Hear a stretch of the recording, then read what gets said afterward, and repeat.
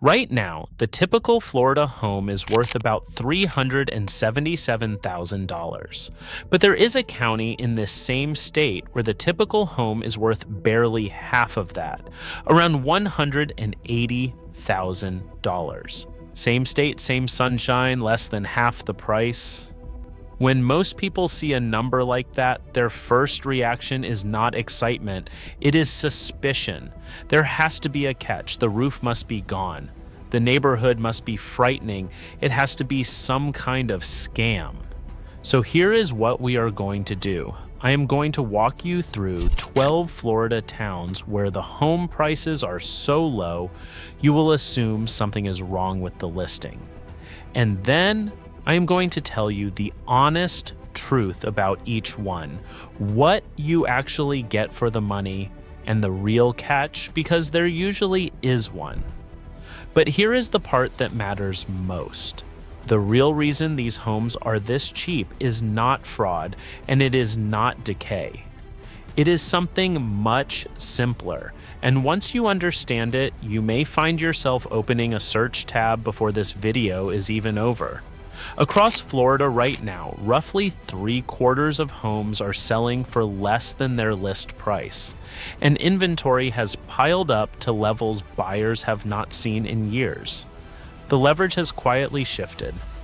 According to Redfin, the typical Florida home now takes about 69 days to sell. Only about 1 in 10 sells above the asking price. And there are more than 200,000 homes on the market, more selection than buyers have had in years. So let us count down, starting with the towns that are merely a bargain, and ending with the one where the price tag will genuinely make you read it twice. Number 12 is Milton, tucked into the western Panhandle in Santa Rosa County, just inland from Pensacola. The typical home here, according to Zillow, runs about $283,000, and it has actually eased a little over the past year. For that number, you get a quiet riverfront town on the Blackwater River, some of the cleanest paddling water in the state, and a straight shot to the Gulf beaches without paying a single dollar of beachfront pricing. So what is the catch? The catch is jobs.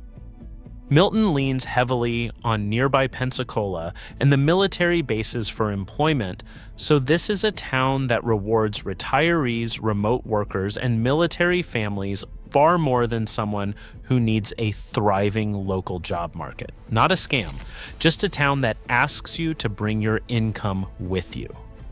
And because it sits inland of the immediate coast, the insurance picture, while still a Florida insurance picture, tends to read a little kinder here than it does on the open beach a few miles south. Number 11 is Bartow, the historic county seat of Polk County, sitting almost exactly halfway between Tampa and Orlando. Zillow puts the typical Bartow home at around $278,000, down about 1% over the year, and here is the detail that surprises people. Homes here still go to pending in roughly 26 days. Cheap does not mean nobody wants it. For that price, you get brick streets, restored historic homes, towering oak canopies, and a genuine downtown. The catch is that Bartow sits in the heart of phosphate mining country, the local economy is tied to industry rather than tourism, and you are a solid hour from any beach. You are buying small-town Central Florida, not coastal Florida, and that distance is exactly what keeps the price this low. Number 10 takes us back to the Panhandle, to Pensacola itself, and this is the entry that breaks the rule.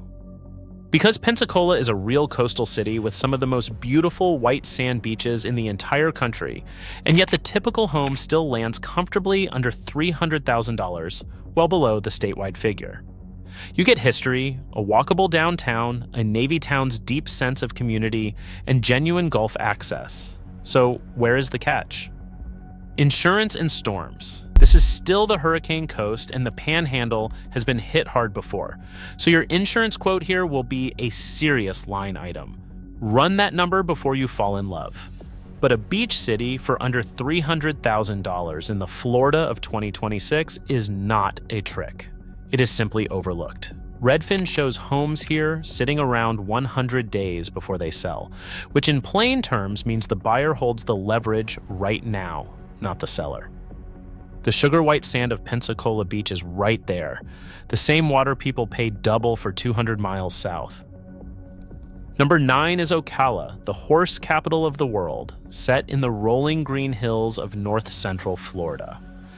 The typical home here sits around $250,000, and unlike most towns on this list, Ocala is actually one of the fastest growing places in the entire state by population. You get rolling pastures, oak-lined farms, easy access to natural springs, and a real and growing town with hospitals and shopping. The catch is the smallest of any town so far. Ocala is landlocked, the summers inland run hot, and as more people discover it, that low price will not stay low forever. If anything, Ocala is the one on this list where the window is closing fastest. In fact, recent census figures ranked the Ocala area as one of the fastest growing metros in the entire country by percentage, with population climbing well over 3% in a single year. So the quiet $250,000 Zillow value is being chased by the very demand that eventually erases prices like it. Even so, Redfin shows the median sale price right now around $275,000, actually down about 5% over the past year, with homes taking roughly 96 days to sell. So for the moment, a patient buyer still holds real leverage here. Number 8 is Lake Wales back in Polk County, in the high sandy ridge country of central Florida. Zillow has the typical home here at about $242,000, and it has even ticked up slightly over the past year. For that, you get one of the most surprising landscapes in Florida, genuine hills, the historic Bok Tower Gardens and its singing Carillon, and quiet lakes in every direction. The catch is that Lake Wales is small and rural, the job base is thin, and you will drive to Lakeland or Orlando for serious shopping and medical care. But if your idea of Florida is quiet water and citrus groves rather than crowds and traffic, your dollar stretches remarkably far here. If even one of these towns has already made you rethink what a Florida home actually costs, do me a favor and tap the like button, because it genuinely helps push this in front of other people who have been told Florida is completely out of reach. It is not, and the next towns prove it even harder. Number 7 is Titusville, and this one is special because it is on the water. Titusville sits on the Space Coast, directly across the Indian River from the Kennedy Space Center, and the typical home here runs around $240,000. Read that again. A coastal Florida town with rocket launches visible from your own backyard for the price of an inland starter home. You are 10 minutes from wild, protected Atlantic beaches at the Canaveral National Seashore. The catch is that the local economy revolves almost entirely around space and defense work. So outside of those fields, the job market is quiet, and the shopping and dining are on the simpler side. But for waterfront Florida, with a front row seat to history, the price is almost hard to believe. There are very few places left in the country where you can stand on your own lawn, $240,000 into a home, and watch a rocket climb out of the Atlantic horizon. Number 6 is Lake City, sitting where Interstate 10 meets Interstate 75 in North Florida, and it is regularly named the single most affordable city in the entire state. The typical home here lands around $215,000 with a cost of living nearly 20% below the national average. You get classic North Florida nature, springs, rivers, and forests, plus the convenience of 2 major interstates for anyone who needs to travel. The catch is that Lake City is firmly inland, closer in feel to South Georgia than to Miami, and the nearest real beach is over an hour away. This is deep, quiet, rural Florida, and that is precisely why your money goes so far. The trade is plain. You give up the ocean and the nightlife, and in return, your housing cost drops to a number that frees up the rest of your life. which for a retiree on a fixed income or a remote worker chasing breathing room is very often the entire point. Number 5 is Palatka, a small river town of around 11,000 people, perched right on the St. Johns River in north-central Florida. Homes here regularly list in the low 200,000s, and for that you get genuine old Florida, riverfront fishing and boating, a historic district, and a calendar packed with small-town festivals. The catch is honest and it is real. Palatka is a working-class river town that has seen better economic days, the job market is limited, and it asks you to value small-town quiet over amenities and polish. But for a riverfront home at this price, an hour from St. Augustine and the Atlantic, the value is undeniable. The St. Johns is one of the few rivers in the country that flows north, and the slower pace here is not a flaw in the listing. For the right buyer, it is the whole reason to come. Number 4 is Sebring, deep in the interior of the state in Highlands County, famous for its international raceway. The typical home here hovers right around $200,000, sometimes a little below, which puts it among the cheapest in all of Florida. You get a charming circular downtown, more than 100 lakes scattered across the county, and a town that has quietly become a haven for retirees and racing fans alike. The catch is the familiar one for the interior. Sebring is far from any coast, the summers are hot, and the local economy is small. But $200,000 for a lakeside Florida home in 2026 sounds like a typo until you see the listings yourself. The county wraps around Lake Jackson right in the middle of town. The famous endurance race fills the calendar every spring, and everyday living here runs well below the state average. Number 3 pulls us to the far Panhandle to Mariana. Stay with me for these last 3 because this is where the prices stop being merely affordable and start to look almost unreal. And the final 2 are the cheapest in the entire state. Number 3 pulls us to the far Panhandle to Mariana, the seat of Jackson County, where typical values sit below $185,000. This is the Big Bend, true rural North Florida, and Mariana gives you more than most towns at this price: a complete historic downtown, the stunning Florida Cavern State Park with its underground limestone caves, and easy access to Interstate 10. The catch is distance. You are a solid hour from both Panama City and Tallahassee, and the everyday conveniences of a big city are simply not next door. But you are also looking at a real, functioning small city for a price that buyers in almost any other state would not believe. The caverns draw visitors from across the southeast, the Chipola River runs clear nearby, and the historic downtown still has the bones of a real community. Number 2 is the floor of the entire state. Calhoun County, anchored by the small town of Blountstown, holds the lowest typical home value of any county in all of Florida, around $180,000, and over the past year, that number has barely moved at all. This is as far from the postcard version of Florida as you can get, deep Big Bend country, about an hour from Panama City and Tallahassee, surrounded by farmland and forest and slow-moving rivers. The catch is the most significant on this list. Inventory is thin, many of the homes are older and need real diligence on the roof, the septic system, and insurance before you ever close, and the nearest big city is a long drive. This is the trade in its purest form. You give up convenience entirely, and in exchange the price falls to a number most Americans have not seen in a decade. But if you are a cash buyer or someone who simply wants to own a home outright, with no mortgage hanging over you, this corner of Florida still makes that possible.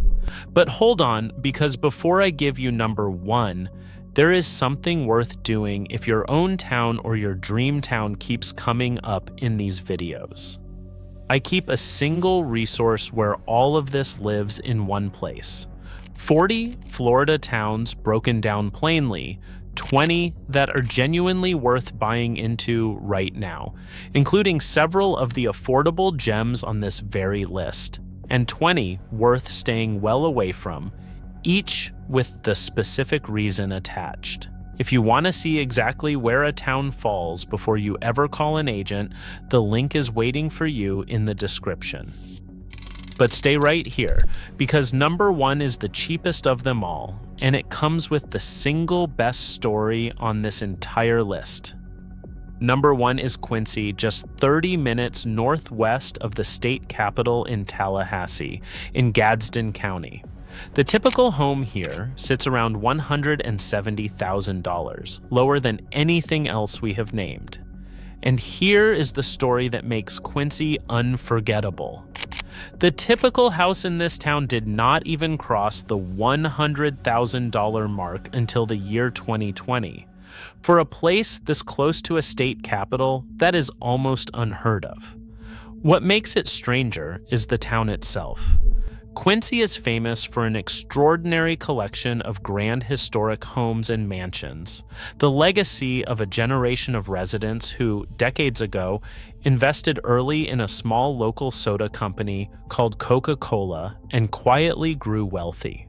So you get genuine architectural grandeur, a walkable historic core, and big city Tallahassee just half an hour down the road. The catch, as with every town on this list, is that the local job market is small and you trade the coast for the country. But the lowest prices in Florida, attached to some of its most beautiful old homes, is the kind of thing that sounds invented until you see it.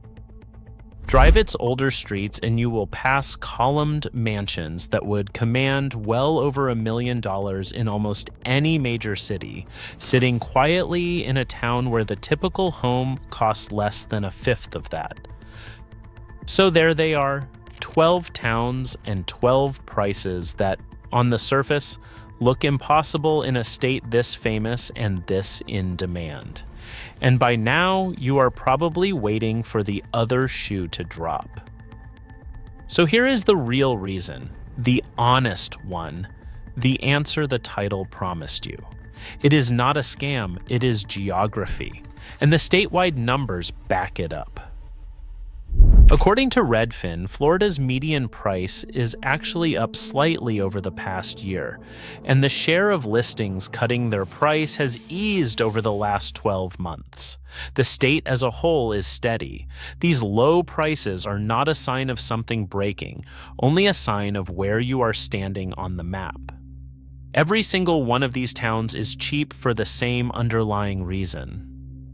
They sit inland or far north or deep in the rural interior, away from the glittering coastlines where the insurance crisis and the condo assessments and the storm risk have been quietly punishing buyers for years.